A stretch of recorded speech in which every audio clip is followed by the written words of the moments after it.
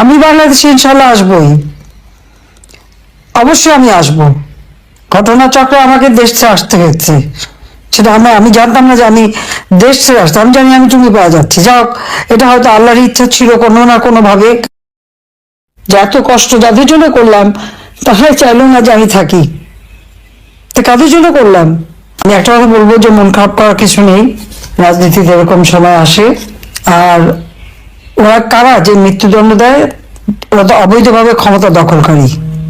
একটা কথা মনে রাখতে হবে, যেটা বাস্তব, সেটা হলো যারা অবৈধভাবে সন্ত্রাসী, জঙ্গি এবং খুনি এদেরকে সঙ্গে নিয়ে যারা ক্ষমতা দখল করে, অর্থাৎ সন্ত্রাসের উপর নির্ভরশীল হয়ে যারা ক্ষমতা দখল করে, এরা কিন্তু সবসময় নিজেরাই ভীত থাকে, কিন্তু তারা অন্যকে ভয় দিয়ে, মানে বলতে গেলে ভয়ের রাজত্ব কায়েম করে, একটা ভীত সন্ত্রস্ত অবস্থা সৃষ্টি করে তারা তাদের ক্ষমতাকে ধরে রাখার চেষ্টা করে। কারণ তারা মনে করে তাদের যেহেতু জনসমর্থন নাই, একটা চক্রান্তের মধ্য দিয়ে আসে, ষড়যন্ত্র করে আসে, অবৈধ অর্থ মিলিয়ে আসে, সে কারণেই এরা একটা ভীতিকর পরিস্থিতি সৃষ্টি করে। কারণ এদের মনের ভিতরে ভয় থাকে, দুর্বলতা থাকে, সেই জন্য বাইরে সেটা ওইভাবেই প্রকাশ করে যে তারা সকলের উপর একটা মানে ভয় ভীতি দিয়ে তারপর তারা ক্ষমতাকে মনে করে যে এটাই টিকে থাকার একমাত্র উপায়। আর ক্ষমতার মসনদ টিকিয়ে রাখার জন্য তারা এই অবস্থাটা সৃষ্টি করে। এই ক্ষমতার মসনদ যেটা দখল করলো, ওটা ধরে রাখার জন্য কোনো জনগণের সমর্থন না, জনগণের ভালোবাসা না, জনগণের আস্থা না, বিশ্বাস না, একটা ভীতিকর পরিস্থিতি। আর এই ভয় ভীতিটা যতদিন পর্যন্ত সকলে না কাটিয়ে উঠতে পারবে, ততদিন এরকম মর্মে মরে থাকতে হবে।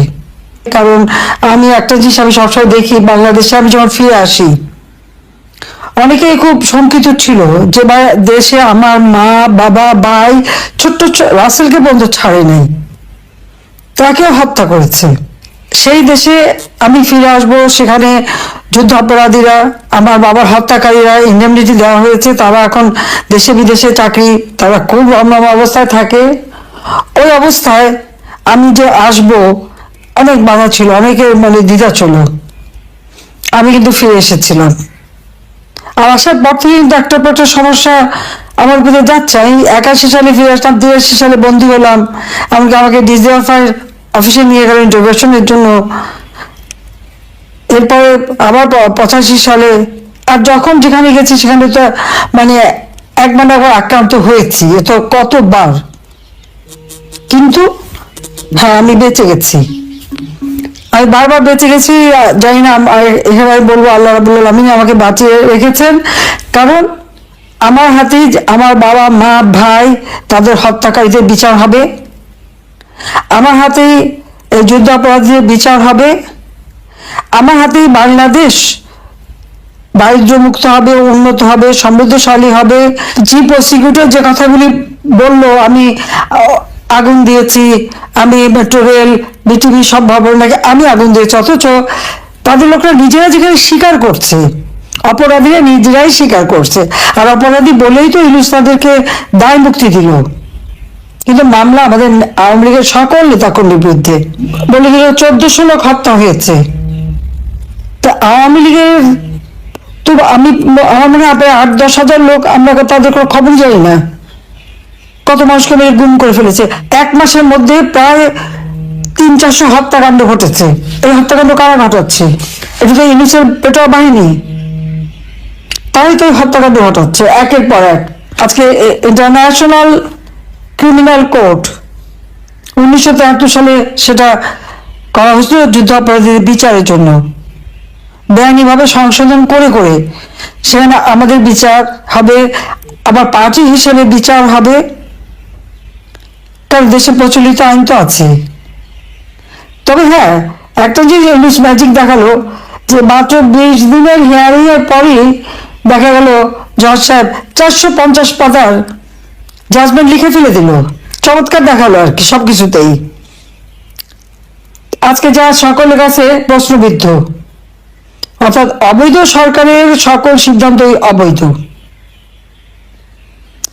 আমি সমস্ত আহত পরিবারকে চিকিৎসা দিয়ে, আহত যারা ছিল সকলকে চিকিৎসা আমি দিয়েছি। কিন্তু 5 তারিখে আমি আসার পর তারা কি পরবর্তীতে চিকিৎসা পেয়েছে? পায়নি। 34 জনের মতো সেই সময় শহীদ হয়েছিল। আমি তাদেরকে গণভবনে ডেকে নিয়ে আসি, তাদের সান্ত্বনা দিয়েছি। আমি জুডিশিয়াল ইনকোয়ারি কমিশন গঠন করে দিয়েছি তদন্ত করবার জন্য। ইনুস যদি হত্যাকাণ্ডগুলি না ঘটিয়ে থাকে তাহলে এই তদন্ত কেন বন্ধ করলো সে? জুডিশিয়াল ইনকোয়ারি কমিটিকে তদন্ত করতে দিল না। এমনকি ব্রিগেডিয়ার সাকাওয়াত সাহেব স্বরাষ্ট্র মন্ত্রণালয়ের দায়িত্বে যখন বললেন যে সিভিলিয়ানদের কাছে অস্ত্র চলে গেছে, 7.62 বুলেট কোথা থেকে আসলো, এটা আমাদের ভালোভাবে তদন্ত করে বের করতে হবে, এটা শুনেই ইউনুস ঘাবড়ে গেল, অমনি তাকে সরিয়ে দিল। তার কারণ কি? এই অবৈধ অস্ত্র ইউনুসেরই সাপ্লাই, সেই ব্যবহার করেছে, সেই হত্যা করেছে। এই হত্যার জন্য দায়ী ডক্টর মোহাম্মদ ইউনুস এবং তার ওই এখন যারা এনসিপি হয়েছে, সেই সাথে জামাত, বিএনপি, শিবির, তারা আওয়ামী লীগের তৃণমূল পর্যন্ত সমস্ত নেতাকর্মী ডাটাবেস করে প্রত্যেকের উপরে হামলা এবং অর্থনৈতিকভাবে সবাইকে পঙ্গু করে দিচ্ছে। এবং এই অর্থনীতি পঙ্গু করতে যে আজকে সারা দেশের অর্থনীতি কোথায় গেছে? কোনো বিনিয়োগ নাই, অর্থনীতি কোনো কর্মচাঞ্চল্য নাই, ঋণের বোঝা এখন দিন দিন বেড়ে যাচ্ছে, প্রত্যেকটা মানুষের মাথায় ঋণের বোঝা বাড়ছে। এখন সেই আতিলরা কোথায়? যারা মানে আওয়ামী লীগের আমলে বলে কিছুই ভালো লাগে না, কোনোটাই বলে হয় না, এখন তারা চুপ। আর তাদের মুখে বেশি একটা কথা নাই। একেবারে অর্থনীতি বিদেশে, অর্থনীতিতে একদম মানে যেটা কি করে দেবে সেটি তাদের চিন্তা ছিল, কিন্তু আজকে সব শেষ। আমি 18 জুলাই জুডিশিয়াল ইনকোয়ারি কমিশন গঠন করেছি।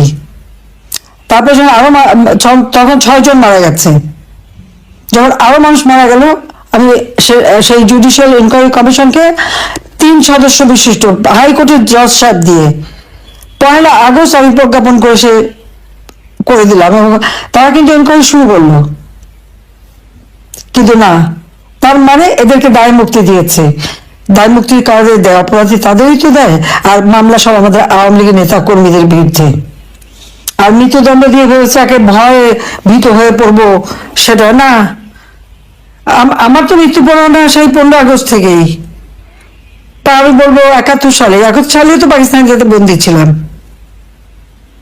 কিন্তু আমি বেঁচে গেছি, আমি দেশের উন্নতি করেছি, আমি আওয়ামী লীগ সংগঠনকে শক্তিশালী করেছি। বাংলাদেশের এখন সবচেয়ে শক্তিশালী সংগঠন আওয়ামী লীগ। এই জন্য তো আওয়ামী লীগের তারা নিষিদ্ধ করেছে। আর ইউনুস তো মিথ্যা কথা বলে, বিদেশে যে বলো নিষিদ্ধ করিনি, তো স্থগিত করেছি।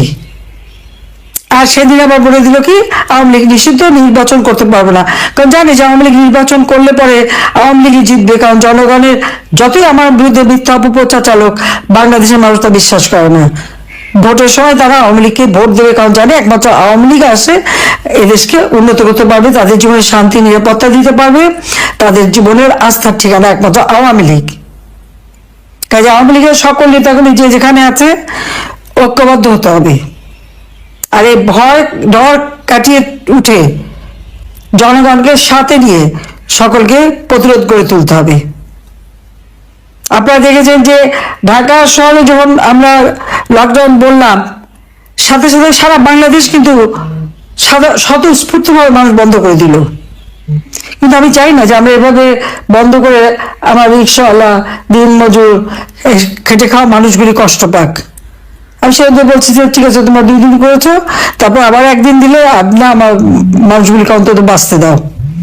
তাদের জন্যই তো আমার রাজনীতি, তাদের জন্যই তো রাজনীতি। তবে আন্দোলন আমাদের চালিয়ে যেতে হবে, প্রত্যেক উপজেলায় মিছিল করতে হবে, ওই ভয় ভীতি কাটিয়ে তুলে মব সন্ত্রাস যারা করতে আসবে তাদেরও শিক্ষা দিয়ে দিতে হবে। কাজে আমি বলবো যে প্রত্যেক উপজেলায় সকলকে এক হয়ে জনগণকে সাথে নিয়ে, যারা আজকে কষ্টের মধ্যে আছে, আমার কৃষক, শ্রমিক, মেহনতি মানুষ, তাদেরকে সবাইকে সাথে নিয়ে প্রতিবাদ করতে হবে, সমাবেশ মিছিল করতে হবে, প্রতিরোধ গড়ে তুলতে হবে। সাথে সাথে আমাদের পিছনে লোক থাকবে। কেউ যদি আমার নেতাকর্মীকে আবার হাত দিতে আসে তাহলে তাদের উপযুক্ত শিক্ষা দিয়ে দিতে হবে। সমস্ত সন্ত্রাসীদের দেশ হয়ে গেছে, আর এই জঙ্গিরাই এখন ক্ষমতা চালাচ্ছে। আর আমি একটাই বলবো, আল্লাহ জীবন দিয়েছে, আল্লাহ জীবন নেয়ার মালিক, দেওয়ার মালিক আল্লাহ। আর আমি আমার জীবনটা সবসময় খরচের খাতাই ছিল। আমি যখন বাংলাদেশে প্রতিদিনই ভাবতাম, সকালে উঠে ভাবতাম যে না আমরা একটা দিন পেলাম। এখন আমার দৃঢ় বিশ্বাস যে এই নিউজ এবং তার যত অপকর্ম বা এই জঙ্গি সন্ত্রাসীদের হাত থেকে আমাদের দেশকে মুক্ত করতে হবে, এবং সেদিন বেশি দূরে না।